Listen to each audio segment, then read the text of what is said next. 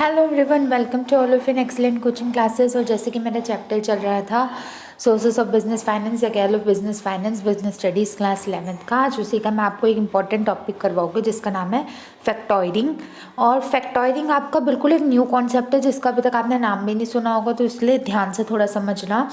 इसके types, merits, demerits सारे करवा दोगे विद एक दो डेफिनेशंस, तो मेरी बात ध्यान से सुनना, ठीक है।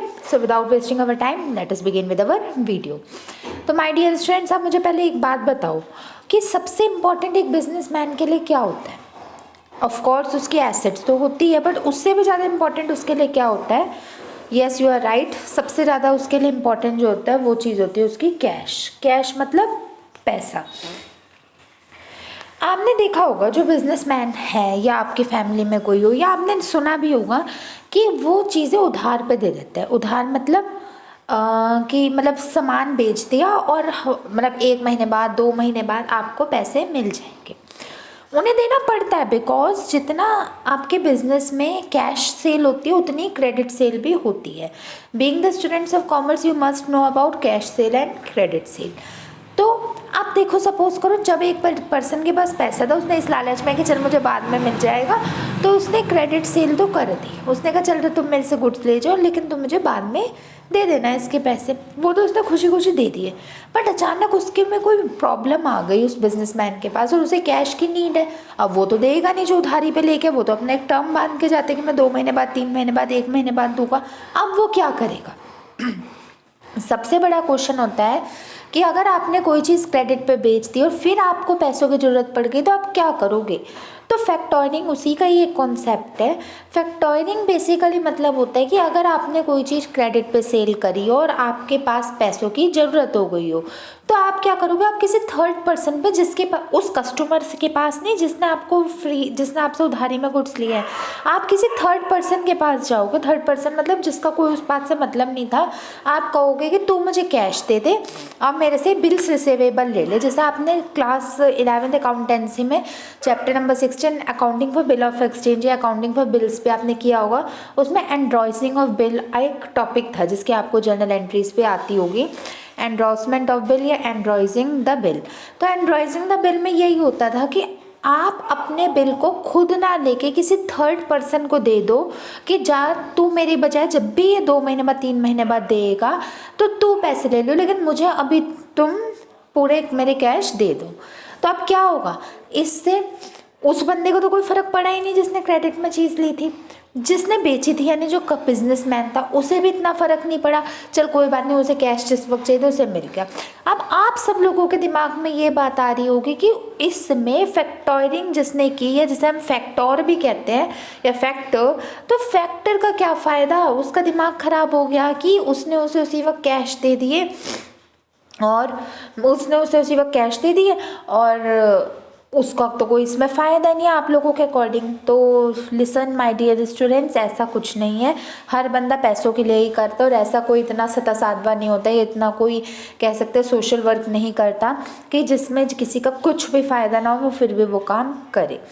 तो देखो, फैक्टोरिंग में जो फैक्टर होता है, फैक्टर जो मतलब जो थर्ड पर्सन, मान लो हम थर्ड पर्सन कह लेते हैं, या ये कह लो कि वो पर्सन जिसको आपने बिल्स दिए होते हैं वो 80% आपको कैश पेमेंट देता है।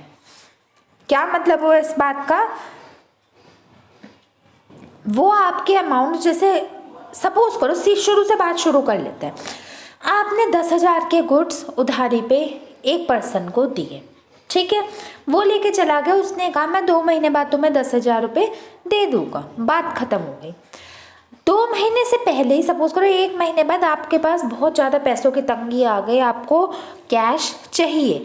मैंने अपने प्रीवियस वीडियो में भी यही बताया था, कैश हमारा लिक्विड एसेट्स होता है, तरलता जिसे हम कहते हैं, और सब कुछ हमारा कैश पे डिपेंडेंट होता है।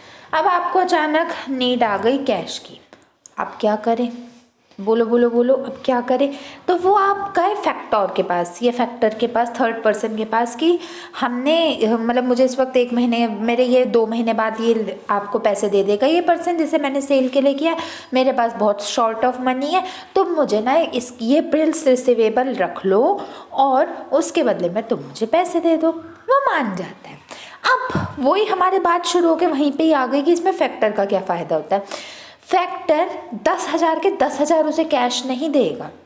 फैक्टर 10,000 के 10,000 कैश नहीं देगा। किसे? उसे जो जिस बंदे ने अपने गुड्स सेल किए थे। देखो उसके पास से 10,000 के गुड्स गए, 2 महीने बाद तो उसे 10,000 मिलने हैं, लेकिन उसे 1 महीने बाद कैश की ज़रूरत पड़ गई तो वो चला गया फैक्टर के पास। तो फैक्टर उसे 80% ऑफ द अमाउंट, देखो यहाँ पे लिखा हुआ है अप टू 80% ऑफ अमाउंट, वो उसके अमाउंट में से 80% ऑफ अमाउंट ही उसे देगा जो उसके गुड सेलर होता है। मतलब 10,000 का 8,000 फैक्टर देगा और 2,000 रख लेगा वो अपना प्रॉफिट। 10,000 में से 8,000 रुपये वो सेलर को देगा और 2,000 फैक्टर रख लेगा अपना प्रॉफिट, और यही फैक्टर की इनकम होती है, यही एक फैक्टर का सोर्स ऑफ अर्निंग होती है। पहली बात। दूसरी बात, अब 1 महीने बाद अब सेलर को दे दे, चलो सेलर क्यों लेगा आप बताओ? वो 2,000 के लॉस पे क्यों लेगा? वो सोचेगा चल कुछ तो मेरे पास पैसा आया, something is better than nothing. उसको पैसों की ज़रूरत थी उस वक्त, उसके पास एटलीस्ट 8,000 तो आया। अगर वो ना ही देता फैक्टर तो उसके पास तो 1 चवन्नी भी नहीं थी, तो फिर वो क्या करता? तो वो सोचते चल कुछ तो मेरे पास आया, तो वो 2,000 को लॉस पे ले जाता है। अब इसमें सेलर खुश हो गया कि उसके पास कैश आ गया।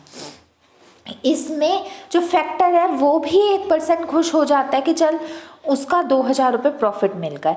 अब जो 2 महीने बाद जो उससे गुड्स उधारी पे लेके गया था वो उसके पैसे सेलर को नहीं देगा, वो एंड्रोजर को कह लो या थर्ड पार्टी को कह लो या फैक्टर को कह लो, तो वो फैक्टर को अपने पैसे देगा। अब फैक्टर तो उससे 10 के 10,000 ही लेगा, लेकिन उसने दिए कितने? 8,000, तो 2,000 का इसमें फैक्टर को प्रॉफिट हो जाएगा। ठीक है स्टूडेंट्स, अब कहने की बात ये है कि फैक्टोरिंग में एक ऐसा प्रोसेस होता है जिसमें जो आपके डेब्ट्स होते हैं या उधारी की चीज़ें होती है वो आप देते हो, लेकिन अचानक अगर आपके पास कोई आकस्मिक विपत्ति या आकस्मिक विपदा आ जाए, अर्जेंसी आ जाए, तो आप एक थर्ड पर्सन को अपने पैसे देते हो और आप कहते हो कि जब वो पैसे देगा जो मेरा बायर है तो तुम पैसे ले लेना, मुझे अभी दे दो। तो इसमें जो फैक्टर होता है वो 80% ऑफ द टोटल अमाउंट देता है, जो बचा हुआ 20% होता है वो उसका प्रॉफिट होता है। सब खुश, तीनों पार्टी खुश। सेलर को ये खुशी मिल गई, इमीडिएट उसको पैसे मिल गए जब नीड थी। बायर को ये खुशी मिल गई, उस वक्त उसके पास पैसे नहीं थे तो उसने उधारी में गुड्स खरीद लिए, उसने अपनी रिक्वायरमेंट्स को पूरी कर लिया। फैक्टर इसलिए खुश कि चल मुझे बिना कुछ करे 2,000 का प्रॉफिट हो गया, बेचने वाला वो, लेने वाला वो, मुझे बिना कुछ किए प्रॉफिट हो गया। लेकिन अब इसमें अब ये मानो फैक्टर हमेशा खुश नहीं होते। इसमें जिस वक्त, ध्यान से सुनना, कान खोल के बच्चों, सो मत, सुन लो प्यार ध्यान से। इसमें जिस वक्त एक फैक्टर ने उसे उसके अमाउंट दे दिया, इसमें जिस वक्त एक फैक्टर ने अपने सेलर को अमाउंट दे दिया, यानी 8,000 दे दिए, तो उसके बाद इसमें फिर फैक्टर की कोई मतलब इसमें इसके बाद फिर सेलर की कोई जिम्मेदारी नहीं होती कि उसकी पेमेंट रीपेड होए ना होए। बायर जो था वो पैसे लेके पूरा भाग जाए, वो उसे 100% अमाउंट दे ना दे, वो पूरा निश्चिंत हो जाता है। समझ गए? तो इसमें फैक्टरिंग जो प्रोसेस होता है यानी फैक्टर होता है उसकी जिम्मेदारी तो बढ़ती है, क्योंकि चलो उसने 2,000 अपना लॉस पे ही दिया, लेकिन उसने 8,000 तो मिल गए ना बायर को, सेलर को, तो इसमें ये उसका लॉस होता है। ठीक है, आई होपफुली सो मैंने आपको ये पूरा एक्सप्लेन कर दिया फैक्टरिंग क्या होता है और आपको समझ में आ गया होगा। इसे अपने नोटबुक में लिखना, ये जितना मैंने एक्सप्लेन करा है इसे मीनिंग के तौर पे लिखना और डेफिनेशन ये लिखना। Factoring is the sale of book debts by a firm to a financial institution factor on the understanding that a factor will pay for the book debts as when they are collected on a guaranteed payment date. Normally the factor makes a part payment, usually up to 80%, immediately after the debts are purchased, thereby providing immediate liquidity to the client। वही मैंने आपको भी बताया, वो client को immediate liquidity provide कर देता है। जब भी लिक्विडिटी आ जाती है उसका मतलब होता है तरलता। तरलता मतलब कैश। सिर्फ और सिर्फ एक कैश ही ऐसा होता है, कैश इन हैंड, जो हमारा लिक्विड एसेट होता है। लिक्विड एसेट वो होता है जिसकी अमाउंट उसी वक्त रियलाइजेबल हो जाए। आपके पास 10,000 है, आप दुनिया में कोई भी जाके चीज़ खरीद सकते हो। इवन आपके बैंक में भी 10,000 है, आप कोई भी चीज़ खरीद नहीं सकते, आपको लाने पड़ेंगे। आपके पास 10 करोड़ की प्रॉपर्टी और 10,000 रुपये आपके पास कैश है, कौन देखेगा आपके पास 10 करोड़ की प्रॉपर्टी? कोई भी नहीं। आप क्योंकि चीज़ तो नहीं खरीद पा रहे क्योंकि आपके पास 10,000 कैश है। तो कैश सबसे बड़ा हमारा सोर्स होता है जिससे हम कोई भी चीज़ खरीद सकते हैं। और फैक्टरिंग में फैक्टर हेल्प करता है उसी तुरंत क्लाइंट को कैश देने में, और जब भी उसे मिले वो मिल जाएगी। समझ गए?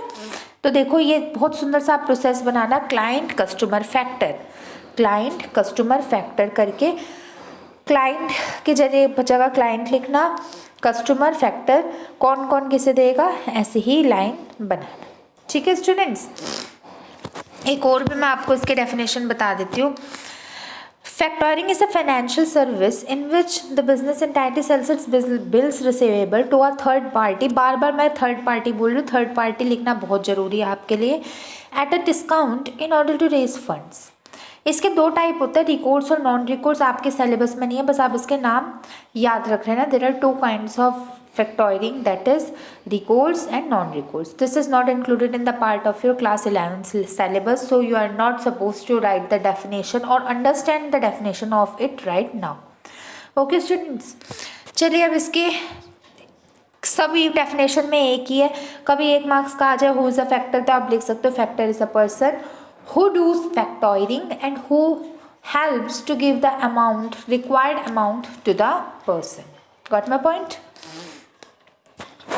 एडवांटेजेस देख लेते फैक्टरिंग के। पहला एडवांटेज है इमीडिएट कैश इनफ्लो। वही बात है, सब जल्द से जल्द आपका उसी वक्त, इमीडिएट जिस वक्त आपको कैश की जरूरत है आपके पास कैश आ जाता है। Second point, attention towards business operations. आपके बिजनेस के और काम जो रुके होते हैं कैश की वजह से वो होने लग जाते हैं, क्योंकि आपको अगर सपोज करो आपको सैलरी देनी थी, आपके पास कैश नहीं था, आप नहीं दे पा रहे थे, कैश आ गया, आप सैलरी देते तो जो काम बिजनेस ऑपरेशंस में रुके थे वो हो जाते हैं। Evasion of bad debts, evasion मतलब कन्वर्जन। बैड डेब्ट्स जो मरे हुए डेब्ट्स होते हैं, यानी वो अमाउंट जो आपका रियलाइजेबल नहीं होता वो जल्दी कन्वर्ट हो जाता है। स्पीडी बहुत जल्दी जल्दी इसमें काम होता है, टाइम सेविंग होता है, क्योंकि आप जाके रिसीवेबल दे दो 80% ले आओ, बहुत जल्दी काम होता है। और नो कोलेट्रल, कोलेट्रल का मतलब अभी आपको नहीं समझ आएगा। कोलेट्रल सिक्योरिटीज आपका 12th का कॉन्सेप्ट है, अगले साल बात करेंगे। तो आप ये 4 लिख के इनके अंदर भी डिफाइन करना, अंदर डिफाइन जरूर करना। डिसएडवांटेजेस देख लेते हैं। पहला, reduction of profit. Of course आपके पास प्रॉफिट कम होगा, वही बात है। अगर आप 10,000 रुपये, आपको अगर ज़रूरत इमीडिएट ना पड़ी तो आप 2 महीने बाद आप पूरे के पूरे 10,000 ही लो। अब आप 8,000 ले रहे हो तो 2,000 आपके पास से तो गए ना। फैक्टर लेगा 2,000 तो आपके पास से गए, तो ऑफकोर्स प्रॉफिट तो कम होता है। रियलाइबिलिटी और कस्टमर्स क्रेडिट, कस्टमर्स के जो क्रेडिट होते हैं वो भी अब देखो, उसने ट्रस्ट करके आपसे कुछ उधारी पे लिए कस्टमर से, वो सोचेगा कि मैं 2 महीने बाद आपको ही दूंगा। अब अगर आपने अब की बार फैक्टोर को दे दिया ना, तो वो फैक्टोर के पास जाके अपने अगर रियलाइज करवाएगा अमाउंट, तो एक ट्रस्ट टूटता है कि भाई मैंने तो इससे लिए थे, अगर इसके पास नहीं थे पैसे तो ना देता, तो एक कस्टमर का ट्रस्ट टूटता है। फिर हायर फाइनेंशियल चार्जेस थे, फाइनेंस चार्जेस, वही बात है 80% तो बहुत ज़्यादा। 3 पॉइंट इसके कर लेना जो डिफाइन करोगे, लिख सारे लेना। कॉन्टीजेंट लायबिलिटी और एग्जॉस्टिंग ऑफ कोलेट्रल सिक्योरिटी भी लिख लेना, बट आप डिफाइन 3 ही कर लेना, that is more than enough for you, क्योंकि 3 मार्क्स से ज़्यादा अभी आपका नहीं आता। तो हायर फाइनेंशियल चार्जेस का क्या मतलब होता है, इसमें जो आपके फाइनेंस के चार्जेस होते हैं 20% is not a less amount to just repay. 20% कोई कम अमाउंट तो होती ही नहीं है, 80% वो आपको अमाउंट देते, तो ये एज अ फाइनेंशियल चार्ज ही तो हुआ, तो इसमें फाइनेंशियल चार्ज भी आपका बहुत ज़्यादा होता है। सो let us have a quick recap what we have learned in this video. Advantages of factoring are immediate cash inflow, attention towards business operation, evasion of bad debts, PD or no collateral. And if we see towards disadvantages, then they are reduction of profit, reliability on customers credit, exhausting of collateral security, contingent liability and higher financial charges. Listen students, along with writing this and the explanation of each and every heads, you also have to write down the definition number 1, which I have shown in my slide, definition number 2, which I have shown in my slide. Along with this, you have to write definition number 3 also. This is a quite a small definition, you have to write this also. Before this you have to write the meaning of factoring, then you have to write down the types of factoring, that is recourse and non-recourse. After that you have to mention the proper process of factoring in the same way as it has been shown in the slides. After this, after completing all such liabilities, you are supposed to write down the advantages and disadvantages with the explanation part in your notebook as the notes of coaching. Okay, students? So hope you understand today's concept, and still if there any doubt is there in your mind, then please let me know. Okay, my dear students, now I will meet you in my next video very soon. Till then, goodbye and stay tuned. Thank you so very much for watching my video.